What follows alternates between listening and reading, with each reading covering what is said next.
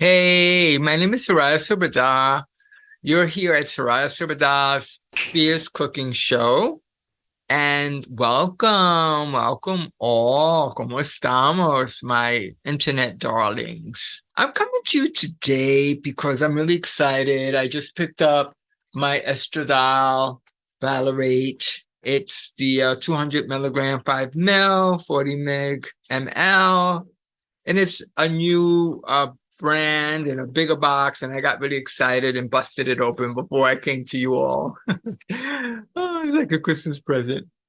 And then a fresh new bottle of progesterone. I just this week got results from a new endocrinologist that I'm working with. I wanted to share the update with all of you because there's so many different changes with laws, with medical stuff at this particular time, which took me off of the care of Dr. William Powers. I had him as an endocrinologist for about a year and a half, maybe 2 years. So I want to talk a little bit about him, and I just want to talk a little bit about the endocrinologist that I have now. My new endocrinologist is Dr. Michele Glodowski. I met with her. She was absolutely pleasant, lovely, professional. But she is not the first endocrinologist that I've met that has spoken not too well of Dr. William Powers. And I really don't like it when a doctor trashes another doctor. I don't like that. She was careful with the way she stated how she felt about Powers. But even Awad, not even, but Awad trashed them really badly. Other endocrinologists have really, you know, I stated to her like what my regimen was with Vierregger and Powers. And she felt like many endocrinologists, like my level was close to 600 with the estrogen. I was at 1.400 milligrams of progesterone with Powers, which he loved the levels. The blood work came back to him. Your progesterone is perfect. How does it feel? I know for a while I felt bloated and I felt really, really freaking fatigued. And that's what prompted the lowering of the progesterone to 200. The point is that I have no other choice but to trust these new endocrinologists that are on my plan. My levels this week were lower than I thought they would have been. My testosterone is still lower than I would like. It's at 8. The range for a female or child is between 5 to 32 ng/dl. I'm at 8. So I'm in the green, but I'd like for my testosterone to be higher because I like my penis to function and I love it to give a little bit of semen if it can. I'm not producing any semen at all. And it's a short climax. I'd like it to be a little longer with a little bit more of a release. And if I can get there, that's fine. If I don't get there, that's okay too. My other stuff is just amazing. My sodium, my potassium, my chloride, my carbon dioxide, everything is in the green. Always is like that, which I'm so grateful. My estradiol, very interesting because this was taken just a day later after an injection. And my estradiol level is 372, which is low by my standards. But I have noticed in the last couple of months, like I'm growing hair on my legs again and my butt. That's not cute. I did tell her that I was taking like this over-the-counter product to increase testosterone, but then not taking my progesterone. So maybe that attributed to the body hair growing. But I haven't had body hair in like 5 years. I was off progesterone because I was going through challenges with different healthcare providers. B, I had a breast revision on my implant because I had an encapsulation. Thank goodness I didn't have a rupture. So that breast needed to be removed. The implant needed to be replaced. That was all summer testing for that and then preparing for that surgery. I'll have a separate video discussing that. But my level is 372. I feel pretty good. But I really was prompted to come to you all because in the last 2 days of taking the progesterone and now having a fresh bottle, I felt my skin was getting smoother again and it was getting that glow. Now I take bromelain every day and I know that helps with my skin complexion and any filters that any camera has to soften the skin, honey. And I noticed my mood has gotten better in the last couple of days. I remember Vierregger when I told her that I had like this really bad anxiety attack. And she's like, well, were you taking your progesterone? And I'm like, no, I stopped. And she goes, the progesterone really does help you relax and gives you a good mood. And today I did some research, on progesterone, and there is some voice to that the progesterone does improve mood. Definitely helps you sleep better, which is why we take it at night. So I'm just glad that I'm still learning. I want to make pretty clear for myself that I continue to take my progesterone and I continue to take my shots. And why is it that every endocrinologist that I'm meeting is Powers is like not the doctor, to go in? I noticed in the last year, there's actually a lot more negative talk about Powers.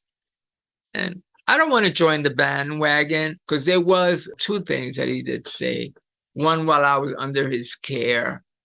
And I don't think any doctor is going to get it right because I had my primary care doctor with NYU Langone say something to me as a trans woman that was very hurtful. So I think folks, including myself, will have a slip and say something that seems racist or sexist or gender conforming, as smart as I think I am.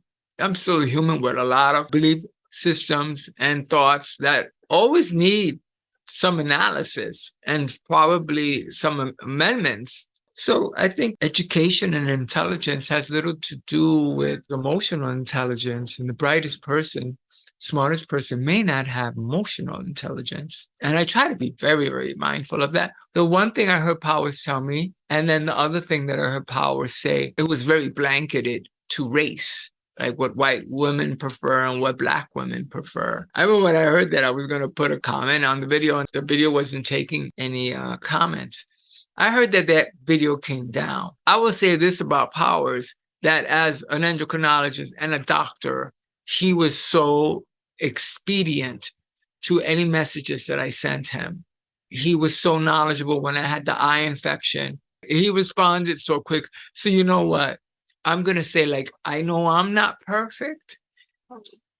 Dr. Powers is not perfect. I, overall, will give Powers a 90 on his care that he provided me. He showed empathy. He showed the concern. He had his style with how he's dosing out the progesterone and estrogen and all of that. But I'll tell you, I don't know, but when I walk down the street, I'm greeted really nicely as a woman, as a trans woman. And this day and age of where I am at 64, I meet a lot of men who don't catch that I'm trans. So I've had a lot of surgeries. I paid a lot of money to look like this. And, but I have to also give credit to the HRT. So his method was maybe aggressive. I don't regret the regimen that we had. I miss him. And then it's good for me now with Dr. Glodowski. She was just bright. She was real with me. She was just real. I really liked that. I felt so comfortable with her. And I'm really, really, really excited to now be under her care. And I'm going to trust like what she suggests. I forgot to mention this to her, but I'll wait till the next visit because, it's a new visit and I always get nervous and anxious. I want to let her know, like, I want to continue the functionality of my penis, but I want to be as firm as possible. I want to have a good look. I'm going through my regimen now is 1 ml in a week. It was 0.125. And Dr. Michele Glodowski was like, wait a minute, what's with the 0.125? Like, yeah. And she's right. Like in her mind, she's a calculator. What difference does the 2.5 make? 0.1, Soraya. I'm like, okay, I got you, doctor. She was so cool. And then the progesterone is 1 milligram a day. She called that out too. She goes, wait, I see in your notes that you've been taking the progesterone, you punctured and inserted anally. She goes, and I explained to her that in the beginning when I was taking progesterone, I was getting nightmares. And I said, well, that's when Kristen Vierregger said, well, listen, puncture it and take it anally. And I wasn't getting nightmares as much. When I'm like, well, the other doctor said that it bypasses the liver when you insert it anally. And she goes, I don't really see it being much of a difference. And then I thought about it, I was like, well, I did start my transition at that time and I was pissy because life was just meaner. People were meaner.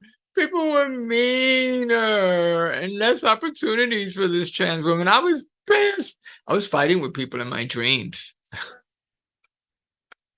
I was. So I was like, the progesterone's making me a bitch at night.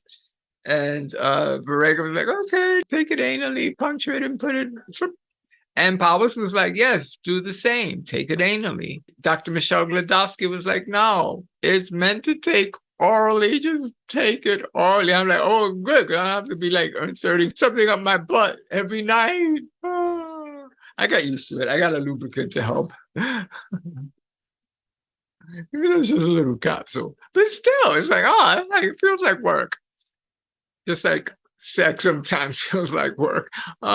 So those are my levels. I hope this helped you in some way. If you have any questions about stuff, let me know. I'm not an expert, but I always love when I get comments, good and bad. Please like and subscribe. And you all have a wonderful, wonderful life. Please take care. Thanks for watching. Bye.